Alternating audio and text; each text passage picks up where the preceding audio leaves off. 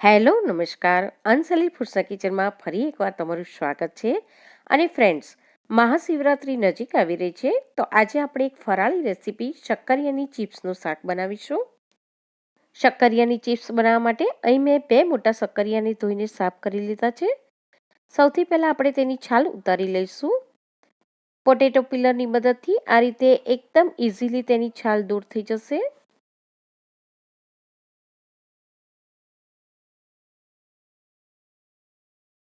અને હવે શક્કરિયાને આ રીતે છરીની મદદથી કાપીને ગોળ સ્લાઇસ તૈયાર કરી લઈએ.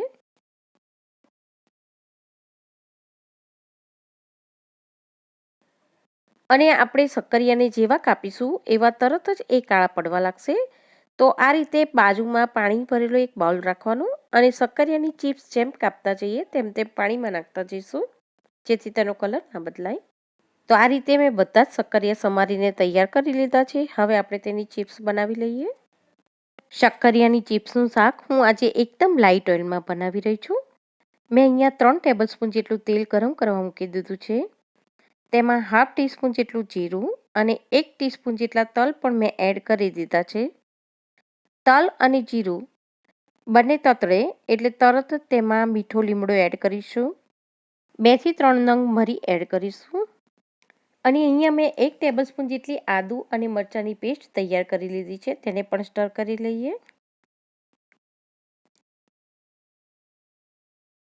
હાફ ટીસ્પૂન જેટલી હળદર એડ કરીએ.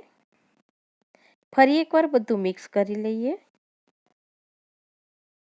અને શક્કરિયાની જે ચિપ્સ સમારીને રાખી છે તેમાંથી મેં પાણી નિતારી લીધું છે, તેને પણ વઘારી લઈએ.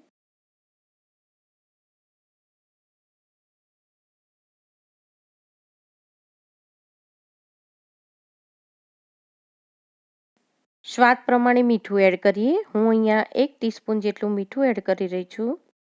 અને સાથે જ 1 ટીસ્પૂન જેટલો કાશ્મીરી લાલ મરચું પાવડર પણ એડ કરી દઈએ. ફરી બધું એકવાર સરસ રીતે મિક્સ કરી લઈએ.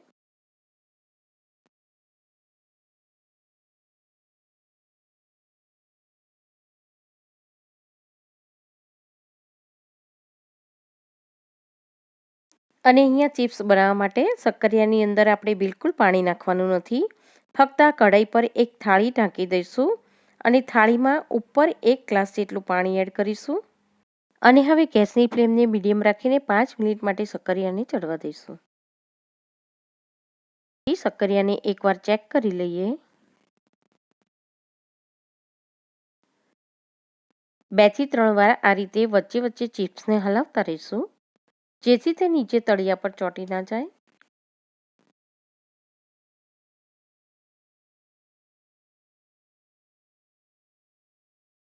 શક્કરિયા હજી કાચા જ છે, ફરી એકવાર ઢાંકી દઈએ અને 2 થી 3 મિનિટ માટે ચડવા દઈએ. તો હું ઢાંકી દઉં છું.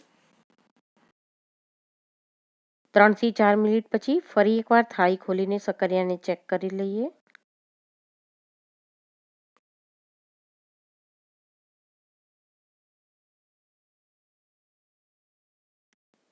અહીંયા જો તમને એવું લાગે કે શક્કરિયા ચોંટી રહ્યા છે કે મસાલો બળી રહ્યો છે, તો 1 થી 2 ટેબલ સ્પૂન જેટલું પાણી એડ કરી દેવાનું, જેથી તે નીચે સ્ટીક નહીં થઈ જાય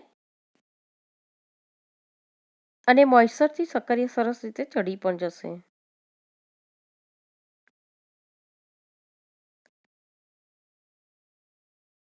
હજી 1 થી 2 મિનિટ માટે ચીડવવાની જરૂર છે, તો ફરી એકવાર થાળીને ઢાંકી દઈએ અને 2 મિનિટ માટે શક્કરિયાને કૂક થવા દઈએ.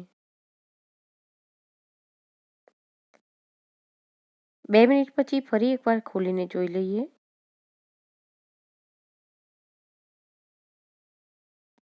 ફરી હલાવી લઈએ અને આ રીતે છરીની મદદથી એકવાર શક્કરિયાને ચેક કરી લેવાના. તો શક્કરિયા સરસ રીતે ચડી ગયા છે, ઇઝીલી કટ થઈ જાય છે. તો હવે આપણી ચિપ્સ તૈયાર છે. તેમાં અડધું લીંબુ નીચોવી દઈએ અને જો તમને ખાંડ પસંદ હોય તો આ સ્ટેજ પર તમે 1 ટીસ્પૂન જેટલી ખાંડ પણ એડ કરી શકો છો. 2 ટીસ્પૂન સિંગદાણા પાવડર, 1 ટીસ્પૂન ધાણા જીરું અને હાફ ટીસ્પૂન ગરમ મસાલા એડ કરી ફરી બધું એકવાર સરસ રીતે મિક્સ કરી લઈએ. આ એક ફરાળી ડીશ છે, ટેસ્ટમાં ખૂબ જ સરસ લાગે છે અને આપણે તેને લાઇટ ઓઇલમાં બનાવી છે. તેને દહીં સાથે સર્વ કરો કે પછી ફરાળી મોરૈયાની ખીચડી સાથે પણ સર્વ કરી શકો છો.